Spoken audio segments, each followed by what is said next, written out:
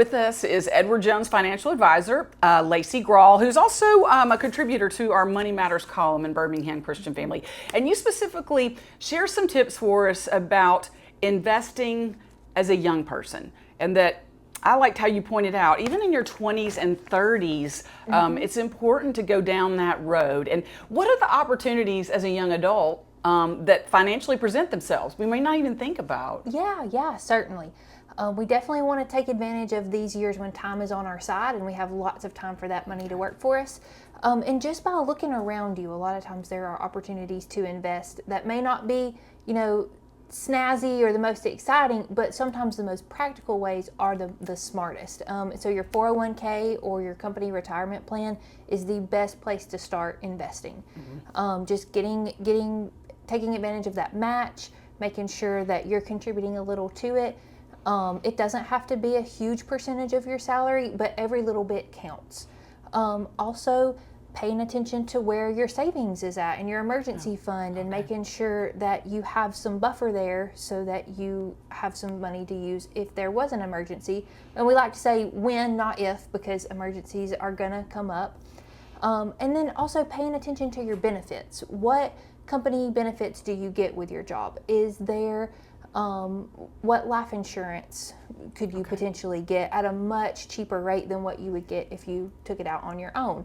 There's all kinds of opportunities for both investing and just smart money decisions around you. You don't have to go chase something that seems a little extreme. Just take advantage of the opportunities right in your circle.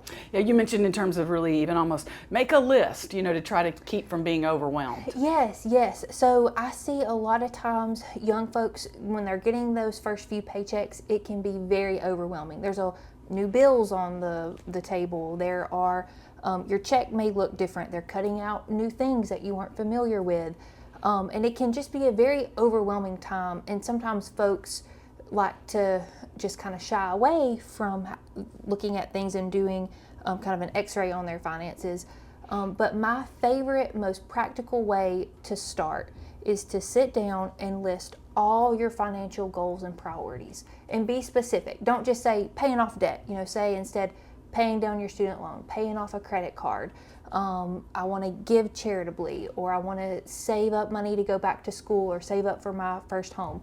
All those specific things, get them all out on paper and then rank them. And it can be tricky, but that ranking exercise is really, really going to make you think long and hard about where your dollars are going, because we all know we want to save for retirement, and we want to have a good emergency fund, and we want to travel and do fun things. But when you sit down and you make yourself rank them top to bottom, it helps you both make sure that you're spending your money where you want to spend your money, where is most important to you, and also helps you give yourself some grace, because maybe retirement savings at the first part of your life is not at the top of the list, and that's okay. We don't have to be saving towards all of our goals every single day. We've got to take some baby steps in that direction so that it's sustainable. Yeah, that makes total sense. Well, if somebody wants to, delve in a little more specifically about what their financial opportunities are, and then, looking like you said, and ranking those financial priorities, you can sit down with them, right? Yes, I'd be happy to. We have some great resources in that space. So they can email me at laci.graul@edwardjones.com, or they can call the office and schedule an appointment. That's 205-573-0228. Awesome. Thank you, Laci. Thank you.